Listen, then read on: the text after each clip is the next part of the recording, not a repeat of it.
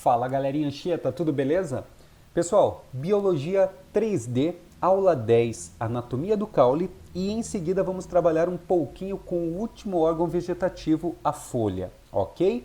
Então, abre a sua apostilinha aí e vamos embora! Quando nós falamos ali das estruturas morfológicas de caule, podemos diferenciar duas situações.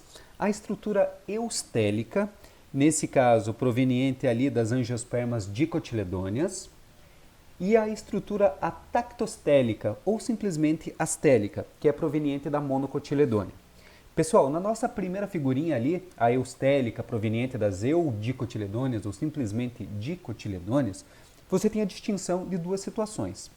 O córtex, que é aquela camadinha de parênquima e endoderme, e o cilindro central ou estelo, que é responsável por pelo conjunto, no caso, né, dos vasos condutores.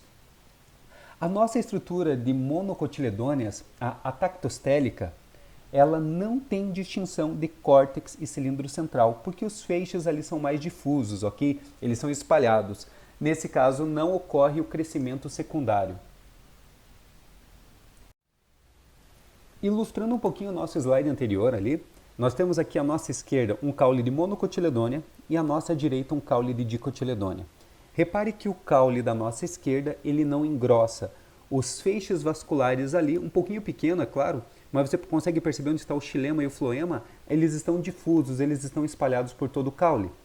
Já na nossa imagem da direita, nas dicotiledôneas, você consegue ver áreas mais escuras ali, intercaladas por um tecido. Então, como se esse tecido mais claro dividisse essas duas regiões escuras. Então, ali você tem tanto o xilema quanto o floema. Lembre-se que o xilema está para dentro, enquanto o floema está para fora. E eles estão dispostos por todo o caule de uma forma mais simétrica. Essa é a principal diferença, então. Você tem uma diferença mais teórica ali. Monocotiledônea não engrossa, dicotiledônea engrossa. E agora uma forma mais prática de você observar, tá bom? Então, monocotiledônea é tudo espalhado, enquanto a dicotiledônea ela é um pouquinho mais organizada nesse sentido. A estrutura primária de um caule compreende três partes: a epiderme, o córtex e o cilindro central. A epiderme é aquela camada unistratificada de células vivas, que nós já vimos no tecido de revestimento. O córtex ele está localizado ali entre a epiderme e o cilindro central. Ele é basicamente formado por parênquima e também por endoderme. Já o cilindro central, aquela parte do nosso desenho ali que mostra justamente os vasos condutores, né? Os feixes liberolenhosos. Então é onde você tem a ação ali do xilema e do floema.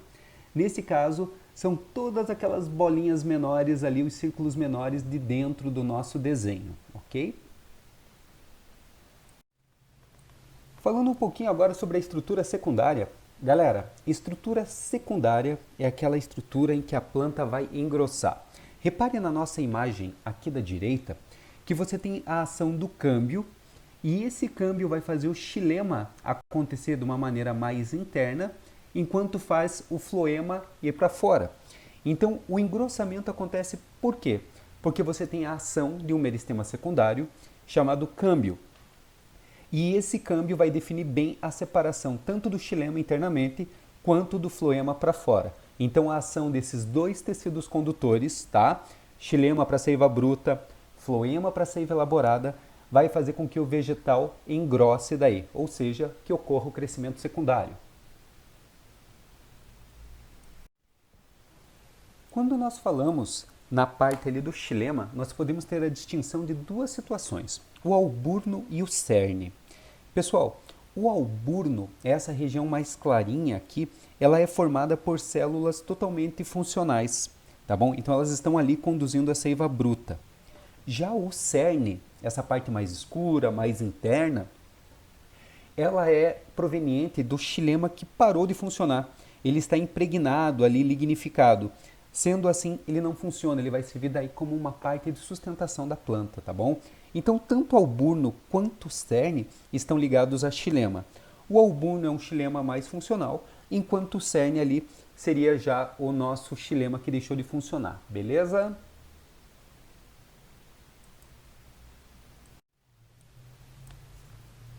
Falando um pouquinho agora sobre anéis de crescimento, ou seja, vamos fazer a contagem da idade de uma árvore. Como que isso aí procede?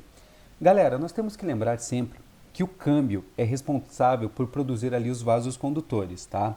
Então nós temos o xilema e o floema, ou seja, temos lenho e líber. Acontece que o xilema, em estações mais quentes, vamos dizer assim, primavera e verão, ele vai formar assim anéis largos. Por que esses anéis são mais largos? Por causa da intensa atividade da árvore para a fotossíntese. Já ali, no finalzinho desse verão, né, nós teremos ali o famoso lenho estival. O que acontece? As atividades metabólicas vão diminuindo, vão cessando, então ele vai ficando mais fininho. Nós costumamos dizer que acontece o seguinte: a cada 2 anéis, no caso aqui para nós, né, o lenho primaveril e o lenho estival, ou seja, um espesso e um fino, nós contamos 1 ano de idade do vegetal, beleza? A cada 2 anos, nós temos 4 anéis e assim segue nessa progressão, beleza, pessoal? Falando um pouquinho agora sobre esse caule de monocotiledônia. Pessoal, o caule de monocotiledônia, ele apresenta a estrutura primária, tá? Ele não tem a estrutura secundária, por quê? O seu cilindro central ali não dá para fazer uma distinção. Nesse caso, tanto o xilema quanto o floema, eles ficam espalhados ali num parênquima, tá bom? Então não tem essa distinção, não tem essa separação, não tem essa organização. Então eles ficam espalhadinhos ali, submersos num parênquima. Então, característica de caule de monocotiledônia é essa. Eles não têm o crescimento secundário, ou seja, caule de monocotiledônia não engrossa. Lembre assim, você corta a sua grama por quê? Você corta a sua grama porque ela cresce. Se ela engrossasse, você teria que usar um machado daí para fazer esse trabalho. Beleza, galera? Vamos lá, galerinha? Exercício 10.1, Universidade Federal de Los Angeles. Determinados órgãos vegetais, quando adquirem estrutura secundária, substituem a epiderme pela periderme. A denominação periderme é dada ao conjunto D. Bem, pessoal, vamos lembrar. Ele está falando ali que a epiderme vai ser substituída. Bem, a epiderme ela vem lá dos nossos meristemas primários, né? Dermatogênio, por exemplo. Então, o que vai acontecer? A periderme, ela é um conjunto de 3 tecidos que são provenientes do nosso meristema secundário. Qual é o meristema secundário em ação aí? Bem, teremos um meristema secundário chamado felogênio.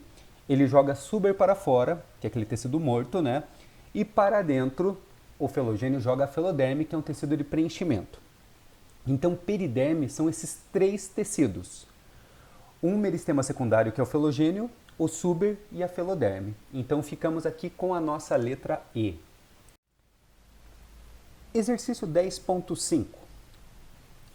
Uma planta com caule do tipo colmo, feixes vasculares dispostos aleatoriamente e sistema radicular fasciculado, pode ser considerada. Pessoal, esse exercício já deu todas as dicas para a gente, não precisamos nem olhar as alternativas ali. Ele está falando para a gente que o caule é do tipo colmo. O que é o caule do tipo colmo? É aquele caule em que você enxerga nitidamente a diferença entre nó e internó. Ele falou para nós que os feixes vasculares, os vasos condutores estão dispostos aleatoriamente, eles estão espalhados, eles não estão organizados. Bem, já sabemos que isso aí é o nosso padrão de monocotiledônia. E o sistema radicular é fasciculado, ou seja, a raiz fasciculada. Ele deixou claro para nós que é uma monocotiledônia e ela tem o caule do tipo colmo. As alternativas que nos são mostradas mostram ali 2 monocotiledôneas. E aí ele dá exemplo, uma é a cana e a outra é o feijão. Nós sabemos que o feijão é uma dicotiledônia, então a letra D é impossível. Nós vamos ficar com a letra A, monocotiledônia, como a cana-de-açúcar, e esse caule do tipo colmo é aquele caule colmo cheio, tá bom? Porque ele tem reservas daí. Exercício 10.8 agora. PUC Rio Grande do Sul. A professora apresentou aos alunos a seguinte tarefa: trazer um exemplar de uma espécie qualquer de angiosperma que apresentasse como características: corpo rico em airênquima. Galera, airênquima é aquele tecido de preenchimento, ele é um parênquima que faz reserva de ar. 2. Epiderme muito pouco diferenciada. E 3. Caule com poucos feixes liberolenhosos, caule com poucos vasos condutores, daí, né, xilema e floema. E o sistema radical do tipo fasciculado, raiz fasciculada, né, com raízes muito finas e compridas. Com grande probabilidade, cumpriu essa tarefa o aluno que procurou essa planta em um ambiente. Bem, aí ele nos dá as alternativas: rochoso, desértico, aquático, subterrâneo e arenoso.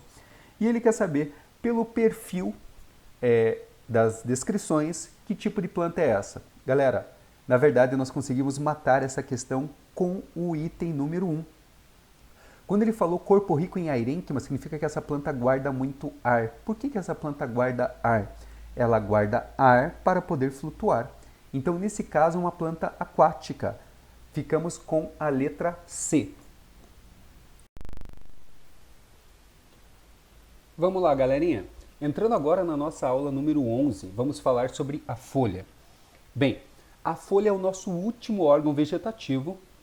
Já estudamos a raiz e o caule, e agora nós vamos olhar essa fábrica de energia do vegetal, tá bom? A ideia aqui é mostrar a sua composição, quais suas principais partes, suas características e, claro, também, né, a sua classificação. Partindo agora para as características das folhas. Como já dito, é o último órgão vegetativo estudado. O seu aspecto é laminar, é como se fosse literalmente uma folha de papel, tá? Ampla e fina, na maioria das vezes. É clorofilada? Sim, é necessária a clorofila justamente pela fotossíntese. Lembre-se, fotossíntese é aquele processo maravilhoso de conversão de energia luminosa em energia química. A folha tem um tamanho no seu crescimento bem limitado, tá? Você não vai ver folhas de diferentes tamanhos, apenas em estágios de vida diferentes. E as principais funções? A fotossíntese, como eu acabei de dizer, a transpiração. Transpiração é a perda de água na forma de vapor. Gutação ou sudação é a perda de água na forma líquida, feita lá pelos hidatódios. E a respiração. Galera, toma cuidado aqui. Respiração e fotossíntese são processos totalmente contrários. A fotossíntese fabrica energia química. A fotossíntese absorve o CO2 e libera o oxigênio.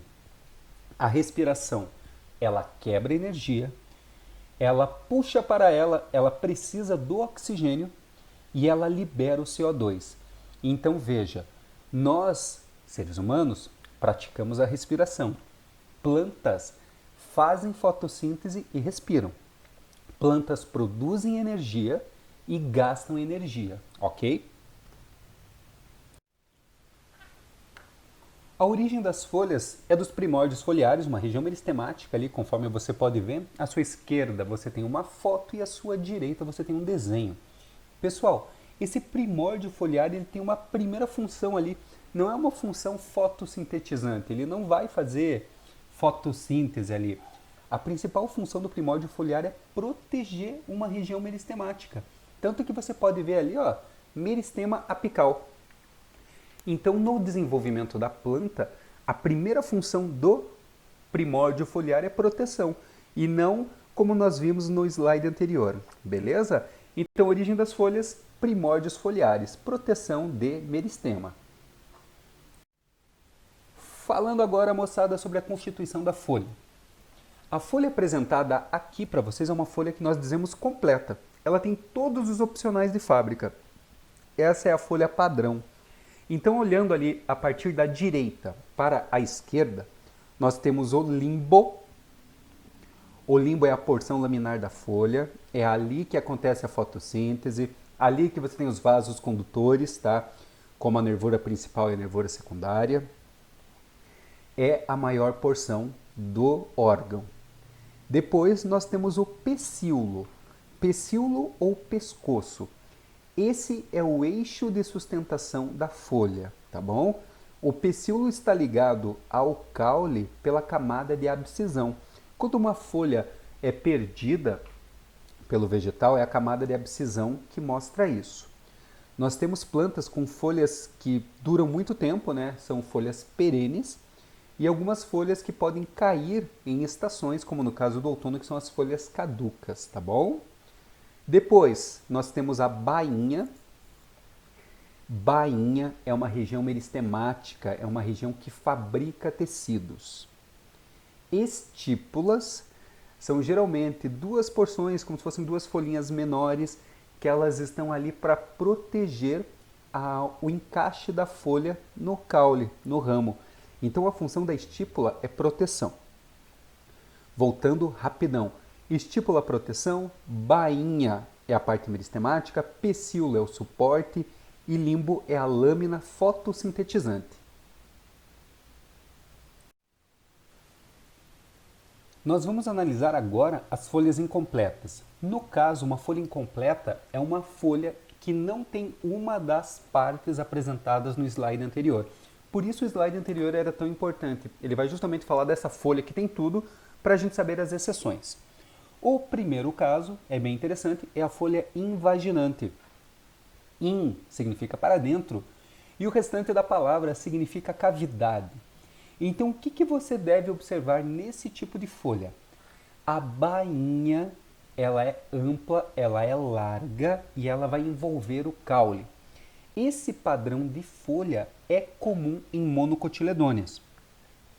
Então, a imagem aqui está mostrando para vocês milho. Você pode usar como exemplo também a cana-de-açúcar e até mesmo a grama. Beleza? Um caso muito interessante agora são as folhas sésseis. A folha séssil, que nós temos o melhor exemplo, a folha do tabaco, ela tem o limbo diretamente abraçando o caule. Tá? Geralmente o pessoal coloca ali sem pecíolo, né? Sem pescoço ou sem bainha. Galera, não quer dizer que a planta gerou uma folha sem bainha. A bainha está escondida ali para fabricar esse tecido. Mas, numa classificação, essas são as folhas mais fáceis da gente verificar, tá bom? Por serem muito atípicas. Então, folha séssil, o limbo abraça o caule. Partindo agora para a classificação quanto à divisão do limbo. Lembra? Limbo é a porção laminar. Então, nós temos duas situações, mas a gente vai destacar uma terceira. O que acontece, pessoal? O primeiro caso é a folha dita simples. Uma folha simples, conforme a imagem da esquerda, ela está mostrando um limbo inteiriço, tá? Então é a mais tranquilinha de você acertar. O segundo caso é a folha composta. Bem, conforme você pode ver na imagem abaixo, a imagem do meio, isso ali é uma folha de samambaia, mas é uma folha só. Geralmente o pessoal acha que cada porção é uma folha menor. Não. Cada porção da folha nós chamamos de folíolos. Então, esta folha de samambaia é composta por folíolos. E se você contá-los, nós temos uma subclassificação. Como que acontece essa subclassificação? Você precisa contar o folíolo, se ele for em número par, vai ser dito que esta folha composta é paripenada. Paripenada de par. Se for um número impar, aí você vai ter uma folha imparipenada, ok? E o nosso terceiro caso, à direita ali, né? Nós temos as folhas digitadas, em que os folíolos saem de uma mesma porção central, tá bom? Digitada quer dizer dígitos, dedos, como se fosse palma de mão, em que os dedos saem de uma única porção ali. Continuando na nossa classificação, nós temos quanto à disposição da folha no caule, por onde ela sai. Então a região de onde sai uma folha é chamada de nó. No nosso primeiro caso, nós temos as folhas alternadas, em que apenas um nó gerou uma folha. Então, folhas alternadas, uma folha por nó. Folhas opófitas, um único nó abriga duas folhas, então uma de cada lado. E o último caso, bem curioso, nós temos as folhas verticiladas, em que de um único nó saem mais de duas folhas.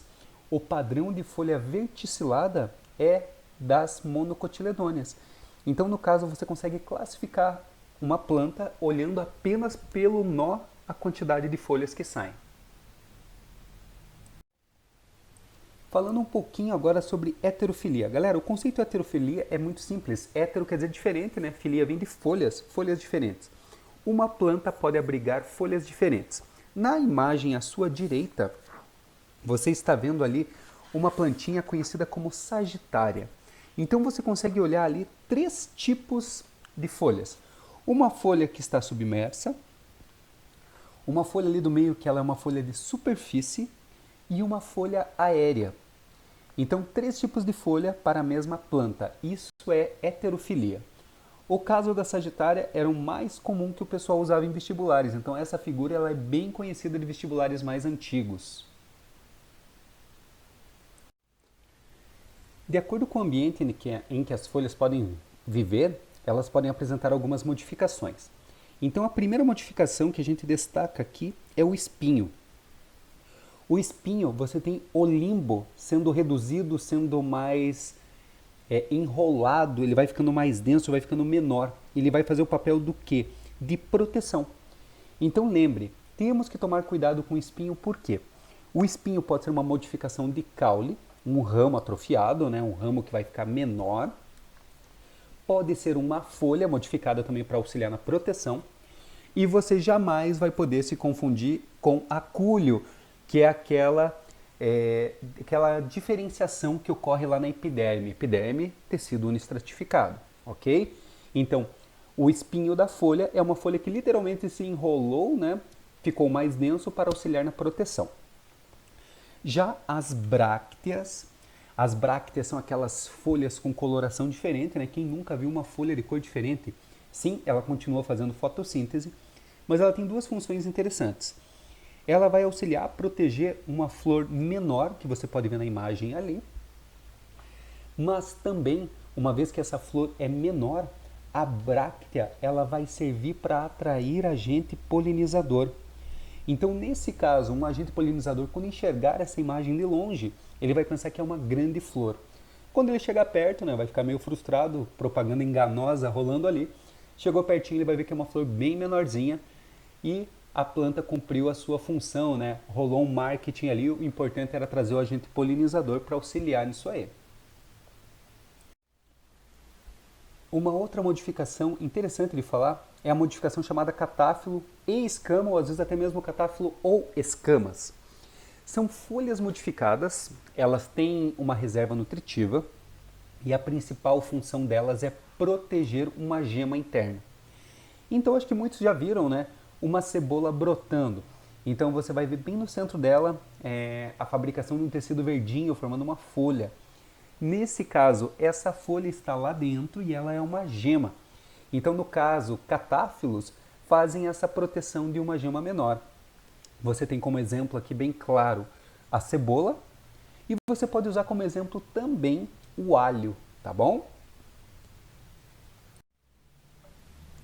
Entrando agora na modificação chamada espata. Bem, vamos usar um exemplo bem claro aqui. Temos uma florzinha ali embaixo conhecida como copo de leite. Se eu perguntar qual é a cor da pétala do copo de leite, muitas pessoas vão responder é branca. Não. Na verdade, o que você tem de branco ali é uma espata, que é uma folha modificada e ela tem a função principal de proteger uma inflorescência.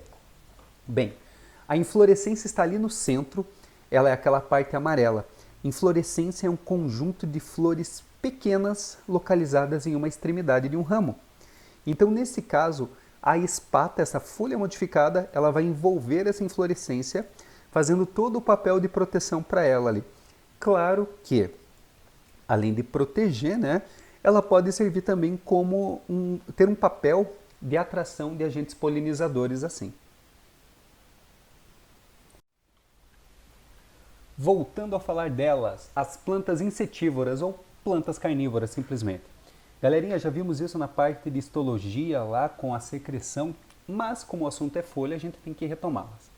Então o que você tem aqui? Você tem folhas modificadas. Essas folhas servem para capturar pequenos animais e é secretada uma enzima proteolítica, uma enzima que quebra a proteína, para a planta poder absorver principalmente, tá, nutrientes com, no caso, nitrogênio. Significa que uma planta carnívora insetívora ela vive em locais muito pobres em nitrogênio. Então essa modificação se faz necessária.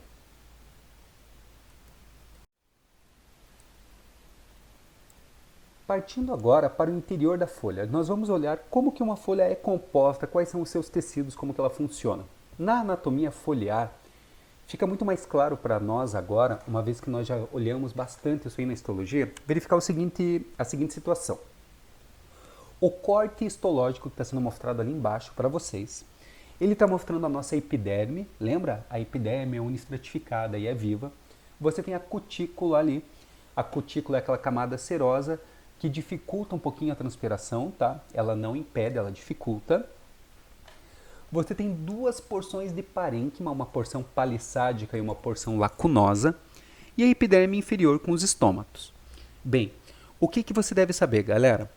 O parênquima palissádico e o parênquima lacunoso, eles constituem a parte do meio da folha. É como se fosse um sanduíche. Então você tem dois parênquimas, tá? Presos por duas camadas epidérmicas, uma superior e uma inferior. A união de parênquima palissádico, que faz fotossíntese bruta, ali, células bem grudadinhas, e o parênquima lacunoso, que é composto por células mais espaçadas, nós vamos chamar de mesófilo. Repare que o mesófilo, tá? Parênquima palissádico e lacunoso, aí suas células fazem fotossíntese, lembre-se que você está falando da folha, a fábrica de fotossíntese, e ali à sua direita você tem os feixes vasculares, o xilema e o floema. Então a anatomia foliar nunca se esqueça, tá? Mesófilo é a porção interna da folha. Pessoal, o mesófilo ele serve para classificar uma planta na escala evolutiva, ok? O mesófilo assimétrico é o mesófilo mostrado no slide anterior, em que você tem uma camada de parênquima palissádico, aquelas células bem grudadinhas, e uma camada de parênquima lacunoso.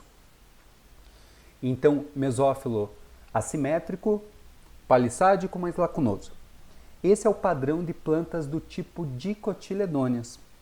Agora o mesófilo simétrico, ele tem uma camadinha de parênquima palissádico, aí vem o lacunoso e depois vem mais uma de palissádico.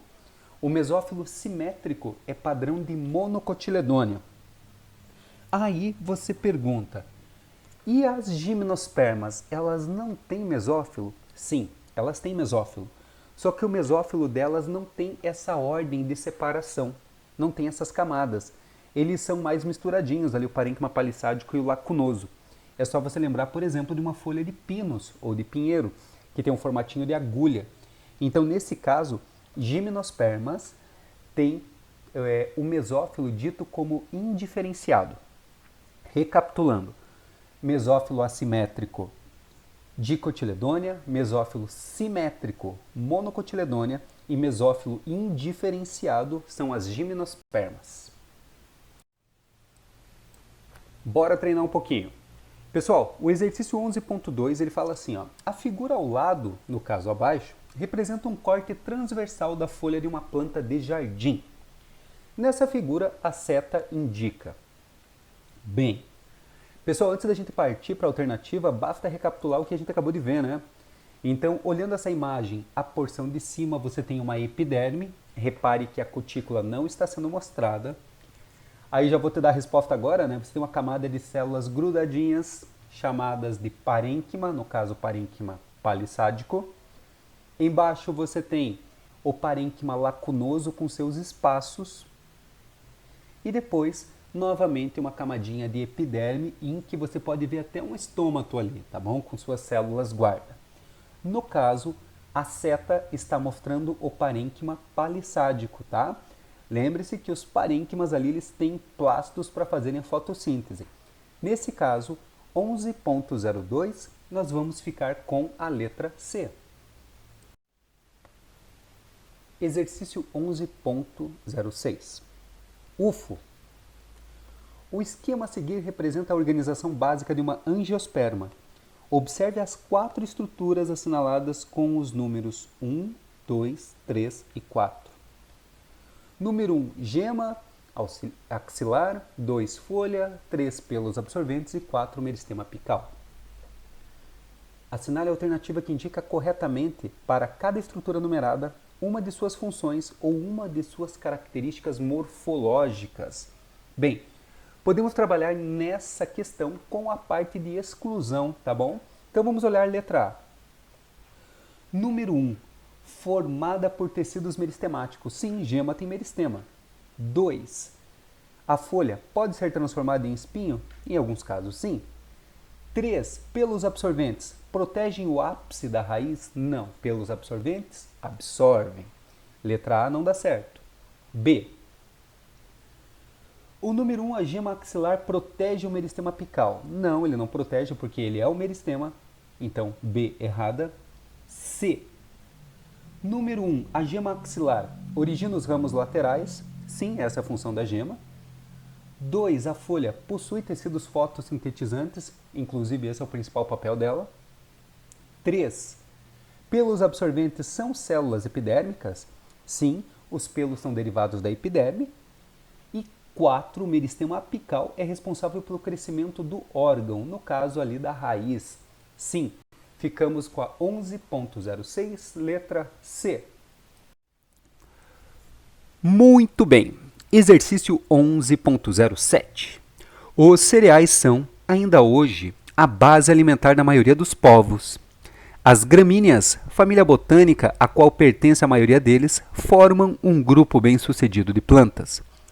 Esse sucesso pode ser atribuído, entre outros fatores, à presença de regiões com atividade meristemática contínua, localizadas junto aos nós do caule, número 1, na bainha, número 2, e na lâmina ou limbo, número 3.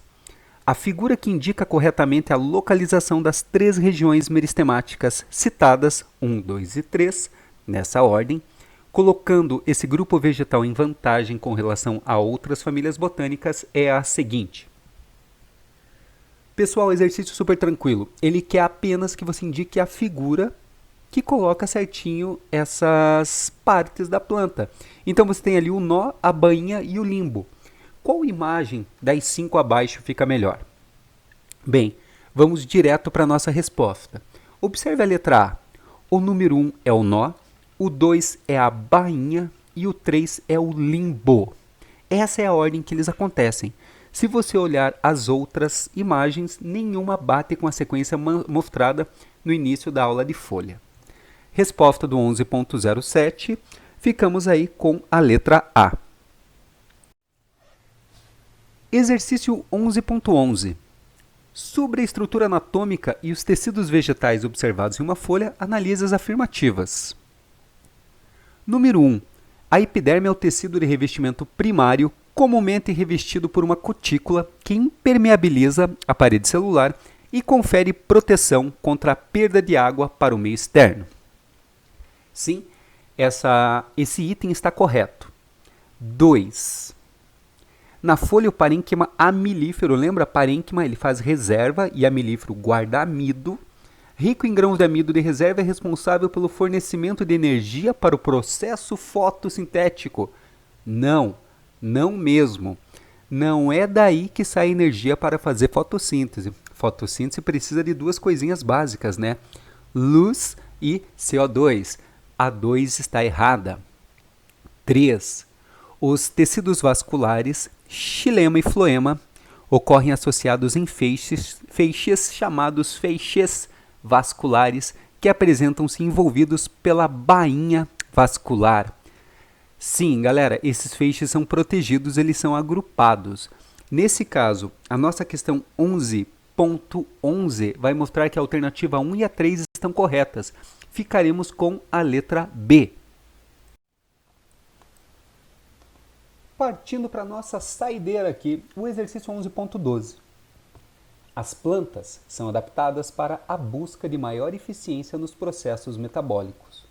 Associe as 2 colunas que tratam dessas adaptações, a coluna 1, e de suas consequências, coluna 2. Pessoal, então vamos resolvendo ele e já tentar encaixar aí para chegar na resposta, ok? Número 1. Presença na raiz de uma região pilífera e de uma zona de ramificações. Bem, o que isso aí está mostrando para a gente? A raiz tem suas partes. Para que serve aquilo ali? Bem, Garantia de bom suprimento de água e carboidrato às células? É isso que faz a zona pilífera e a zona de ramificação? Não. Ampliação da superfície de absorção de água e de sais minerais e maior fixação. Falou em fixação, sabemos que é a raiz. E agora ampliar a superfície de absorção? Sim. Isso é papel da zona pilífera ali. Então, letra B. 2. Folhas e aspecto laminar, planas e achatadas. Bem, folha e aspecto laminar, planas e achatadas. Nós vamos cair aonde ali? Se a folha tem um aspecto laminar, justamente é para sua fotossíntese. Então ficamos ali com maior eficiência na captação de energia luminosa. 2, letra D. Você pode ver que nossa resposta já está sendo mostrada ali, né? 3. Existência de grandes espaços intercelulares, como ocorre no tecido lacunoso. Nesse caso, esses espaços vão permitir a circulação de gases. Então, letra C, maior eficiência na circulação de gases, facilitando a sua absorção. E o último, nervuras muito ramificadas em contato direto com as células. O que vai garantir ali? O bom suprimento de água e carboidratos. Então, ficamos com a letra A. A resposta vai ser, então, 1B, 2D, 3C, 4A. O exercício 11.12, nós ficamos com a letra C.